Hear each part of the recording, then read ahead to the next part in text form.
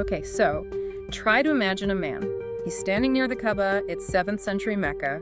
He's not a warrior, not a giant. He is, by all accounts, physically frail. Yeah, there's that famous story, right, where he climbs a tree. Exactly. An arak tree to get a twig for a toothbrush, and a gust of wind literally just blows him sideways. He's just clinging on. He's clinging to the branch, his garment lifts up, and people on the ground, grown men, they start laughing. Laughing at how thin his legs are. It's a really cruel image, isn't it? But Yeah. it's also one of the most defining moments in his entire story because of what happens next. Right, because this same guy, this shepherd who was mocked for being small, is the one who walks onto the battlefield of Bidar, finds Abu Jahl, the pharaoh of the Ummah, this untouchable leader of the Quraysh, and he personally finishes him off. It's a study in contrast, and that defines his entire life. It gets even more complicated. This man was the prophet's personal servant, the keeper of secrets, the one person the prophet explicitly said, learn the Quran from him, and yet you fast forward a few decades. And he's in a massive, possibly violent standoff with the Caliph of the entire Muslim world. Refusing to give up his personal version of the holy book. It's a story that just completely challenges the simple, monolithic version of early Islamic history that we often get. We're talking, of course, about Abdullah ibn Masud. Abdullah ibn Masud, the shepherd, the scholar, and the enigma at the heart of the codex controversy. And we have a huge stack of sources to get through. We're pulling from the classical biographies, Ibn Sa'd, Al-Tabari. We've got hadith collections. And we're looking at some of the online theological debates, too. Shia chat, Sunni apologetics from sites like Mahajja, and we're mixing in modern academic analysis to try and make sense of it all. It's a wide net. It has to be. The mission today isn't just to tell his life story, it's to understand how this one man's life explains the origins of the Kufan school of thought, the intense debate over standardizing the Quran, and the deep sectarian divides that still hinge on how he was treated. So let's start at the very beginning. Ibn Masud is not from the Meccan elite. He's not a tribal leader. No, far from it. Born around 594 CE, he wasn't some wealthy merchant. He was a hired hand. He worked as a shepherd for a man named Uqba ibn Abu Muayt. And Uqba, for context, wasn't just some random boss.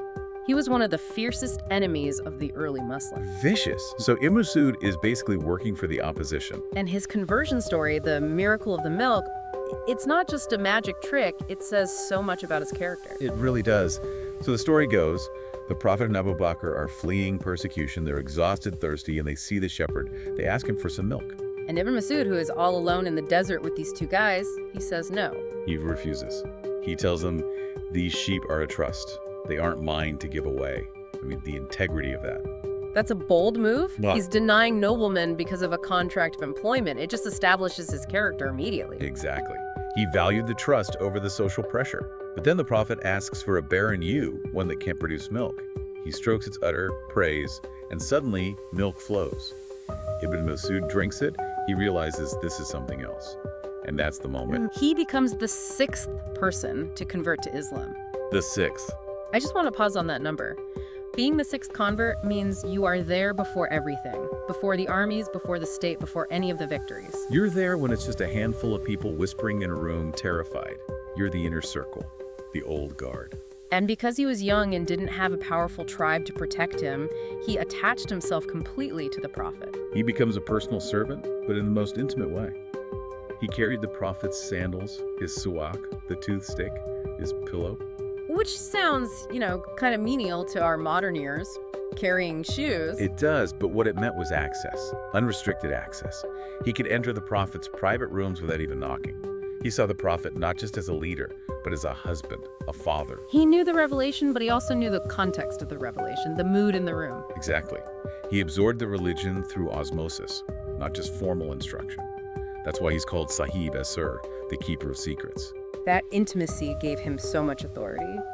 But we have to go back to the physical thing, to the thin legs anecdote. It seems like such a small detail, but the sources just keep bringing it up. They do, and it's so important. So he climbs the tree, the wind blows, his legs are exposed, and some of the other companions laugh. It's a very human moment of bullying. But the prophet's response just flips the script completely. Totally. He asks them, what are you laughing at? And then he says, and this is incredible, Abdullah's foot will be heavier than Mount Uhud in the scales on the day of resurrection.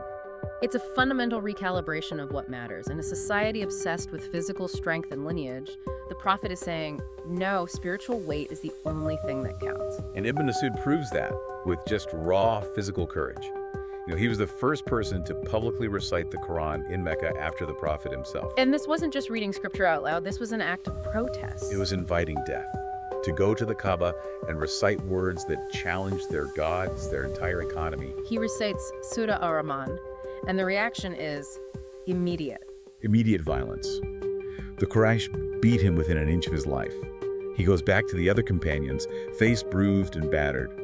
They tell him, "This is what we feared for you." But his response is just, wow. He says, "I have never despised Allah's enemies more than I do now," and then offers to go back and do it all again the next day. that is just pure tenacity. You have this figure who is physically so light, but spiritually, he's immovable. Precisely. And that stubbornness, that rigid adherence to what he believes is right, becomes his defining trait. It serves him well against the pagans in Mecca. But later on, as we're about to see, it gets him into a lot of trouble when the politics of the Muslim state start to shift. A lot of trouble. Okay, so let's make that shift. The Prophet passes away, the community expands like crazy. Under Caliph Umar, Ibn Masud is sent to Kufa in modern-day Iraq. Is this a promotion? A demotion? Well, it might seem like a demotion, sending him to a garrison town in the middle of nowhere, but it was actually a massive responsibility. Umar was building an empire. Right, and he needed someone he could trust completely to go and teach these new Iraqi converts the religion properly.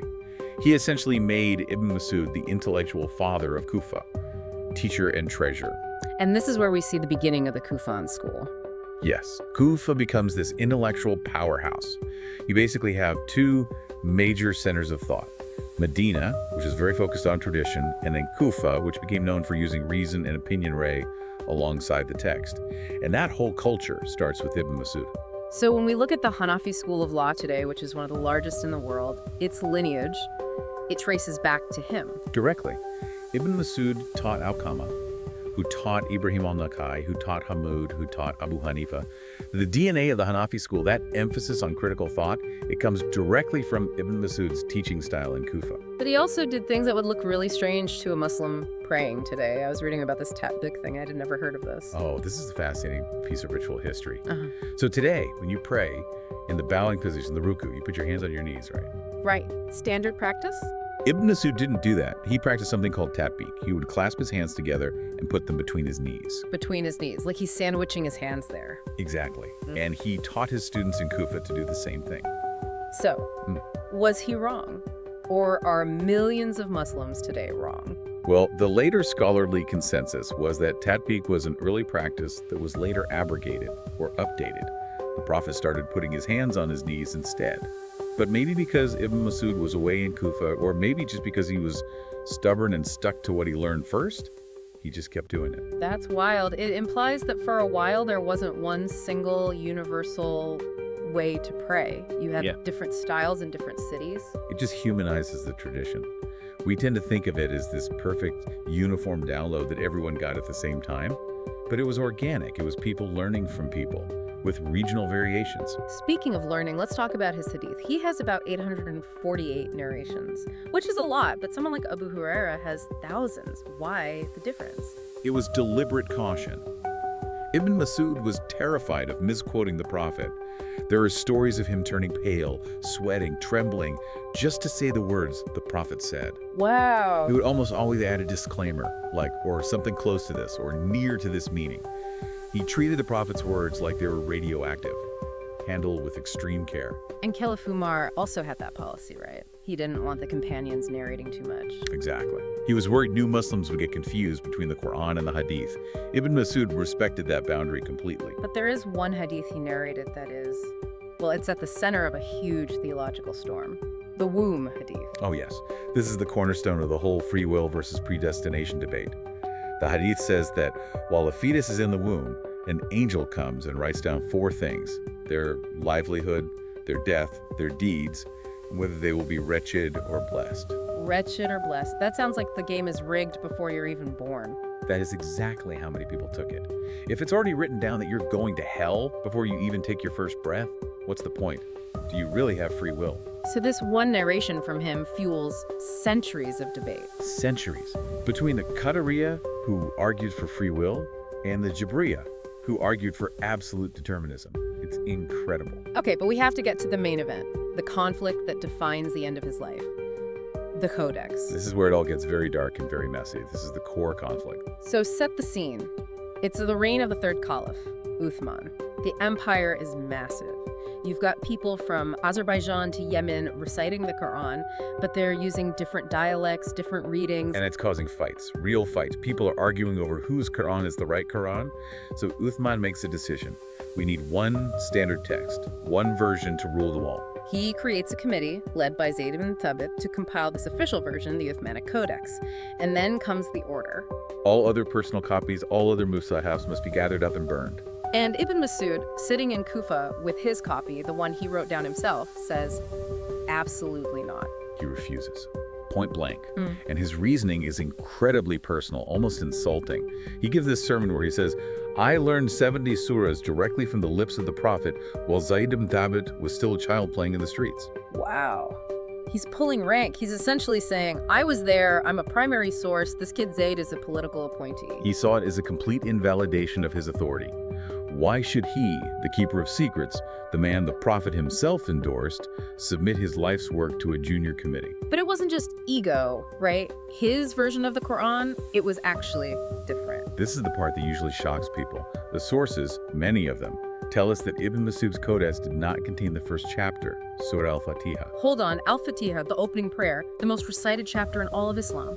How could the expert not have it in his book? Or the last two chapters, the Muawwidhatayn, chapters 1 and 13, 1 and 14, they were also missing. What is the explanation for that? Well, the standard Sunni view, the apologetic one, is that he didn't deny they were revelation. He just didn't think they needed to be written down in the mushaf, in the physical book. He saw al-Fatiha as a prayer, and the last two as incantations, or ruqya. So his argument was, everyone knows these by heart, we don't need to waste ink on them. That's the charitable interpretation. But a more critical academic view would look at this and say, no, this is evidence that the definition of the canon was still fluid. It suggests that even the highest-ranking companions had genuinely different ideas about what the physical book of God should contain. It wasn't as settled as we're often led to believe. And he had different words inside the text too, right? Yes, textual variants. The most famous one concerns the penalty for breaking an oath. The standard text says you fast for 3 days. Ibn Masud's reading was 3 consecutive days. That one word, consecutive, changes the entire law. Completely. And what's fascinating is that the Hanafi school today, even though they use the Uthmanic Quran, they follow Ibn Masud's ruling. They treat his extra word as an explanatory gloss, as the original intent. So his text was burned, but his legal interpretation survived. Yeah, it's fascinating. But let's talk about the burning. Uthman orders the destruction. Ibn Masud refuses. What happens next? It gets ugly. And this is where the sources split into 2 completely different narratives. Let's do the Rashomon thing. What do the Shia and the more critical sources say happened? They allege that Ibn Masud was dragged from the mosque in Medina and that Uthman ordered him to be beaten. There are graphic descriptions, ribs being broken, teeth knocked out. Beaten. We're talking about one of the most senior companions, an elderly man at this point, being physically assaulted by the Caliph's guards. That is the narrative. They claim this beating is what eventually led to his death. For the Shia perspective, this is Exhibit A in the case against Uthman's legitimacy, that he persecuted the righteous companions. Okay, and the Sunni sources. I'm guessing they have a different take. Yes, they almost universally reject the story of the physical beating.